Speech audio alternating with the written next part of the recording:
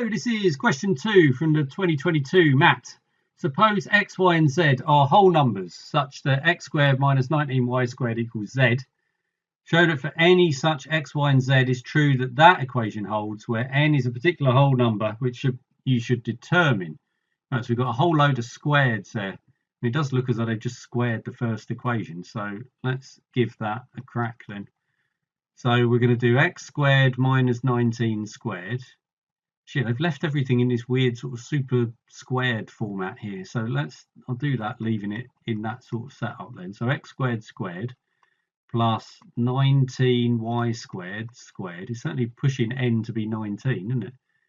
Minus 2 x squared y squared times 19, okay, is z squared. So how have the, oh right, they've refactorized.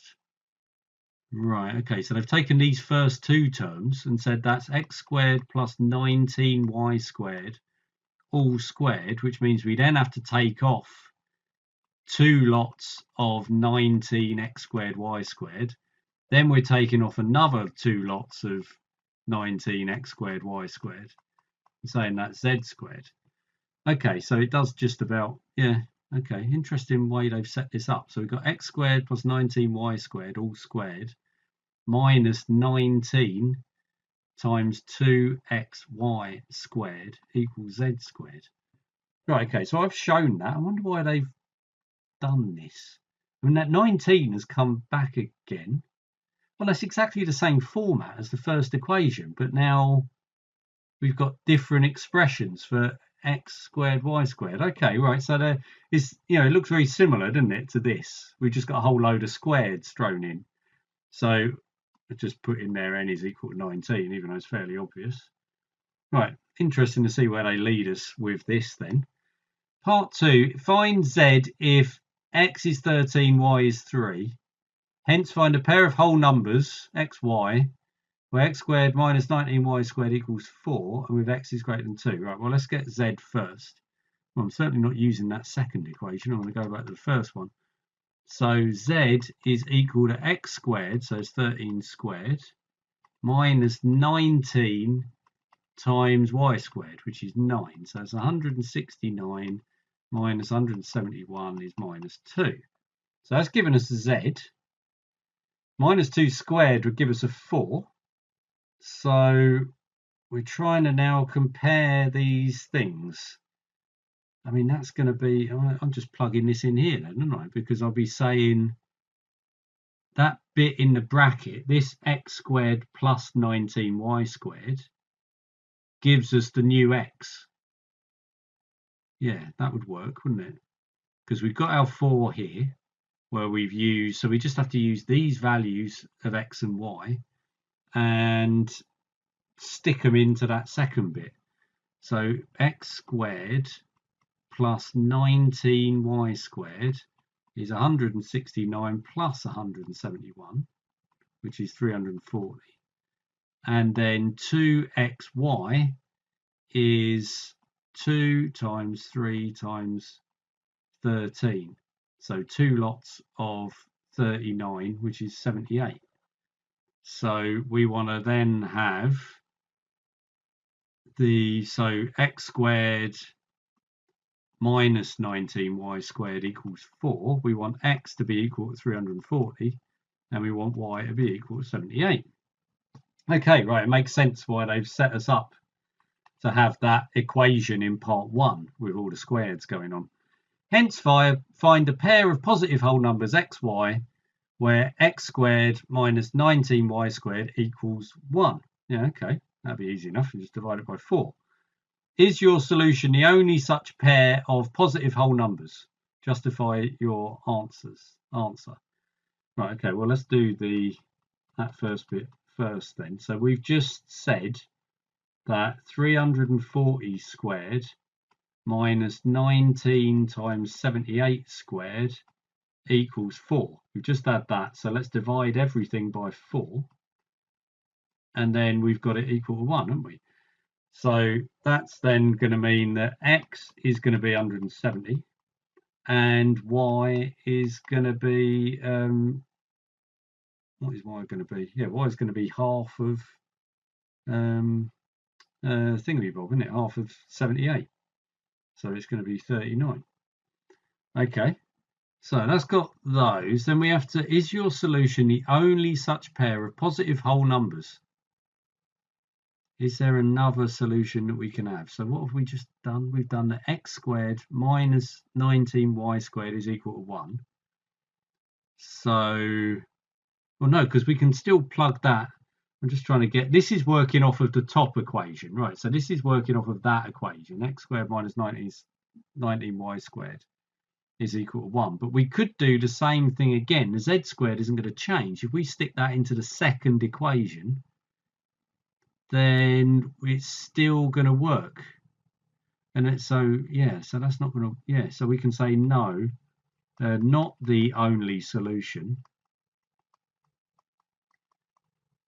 because we could put the x equals 170, y equals 39 into this equation here, equation 2, into equation 2, and get another solution for another solution.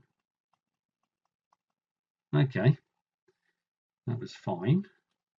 What have we got? I'm going to need a new sheet. This is filling up rapidly. Part 4, prove that there are no whole number solutions to x squared minus 25y squared equals 1, with x being greater than 1. No, this is just doing difference of two squares, isn't it? So let's do, so we're saying that that is x plus 5y times x minus, 5y. I'll write that again. X plus 5y times x minus 5y has got to be equal to 1. So they've either got to be both equal 1 or both equal minus 1. Right, so can we do that? We need x being greater than 1. So we're saying that we've either got x plus 5y equals 1, x minus 5y equals 1, which means that 2x is equal to 2, x is equal to 1. So that doesn't work because x has to be greater than 1. Or we got x plus 5y is equal to minus 1, x minus 5y is equal to minus 1, which means x is equal to minus 1, which also we can't have. So that's done that bit. Part 5, find a pair of positive whole numbers xy with x squared minus 17y squared is equal to 1. Right, well, we've just done this. We're just repeating part 3, aren't we? But we're doing it with a 17 rather than 19. So that means we'd have x squared plus 17y squared, all squared, minus 17 2xy squared is equal to z squared. Okay, so, and that's got to be equal to 1. Right, and then we've also got, right, x squared minus 17y squared is equal to 1. Okay, does it have to be equal to 1? Doesn't necessarily, because we can put it into either. That's definitely got to be 1. I mean, that would give us a solution, but we don't have to have the other one being equal to 1. That could be plus or minus 1, and we'd still get a 1 on the other equation when we square it. So we can go either way there. Thing is, they picked that 17 because it's 1 away from a square, so I'm thinking this is going to go to minus 1. So say we had x is equal to 1, and we had, no, not 1, we want it to be 4, wouldn't we? So we can get it up to 16, and we have y is equal to 1. Then we'd have z is equal to minus 1. So we've got that as a set. That's where they're pointing us with that 17. So if we've got that, then we can just plug this into the second one. So yeah, we've got that 4 squared minus 17 equals minus 1. And then we can come over and say that we've got 16, that's our 4 squared, plus 17, all squared, minus 17 times, so 2xy is 8 squared, is equal to 1. So we need then, well, what these numbers are. So we want an x to be equal to 33 and a y to be equal to 8. And then it's going to figure out. Okay, so yeah, they led us to that last part by our work in part I and part III. So yeah, that's quite an interesting question, that. It flowed pretty well. They led us through it nicely, I would say, with this. It's just keeping track of which equation we're using because they look so similar.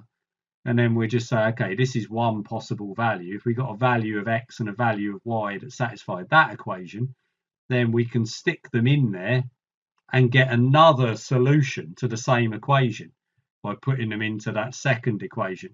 Okay, we're changing what z is. Yeah, that's how we went from that z is -2 to the z is 4.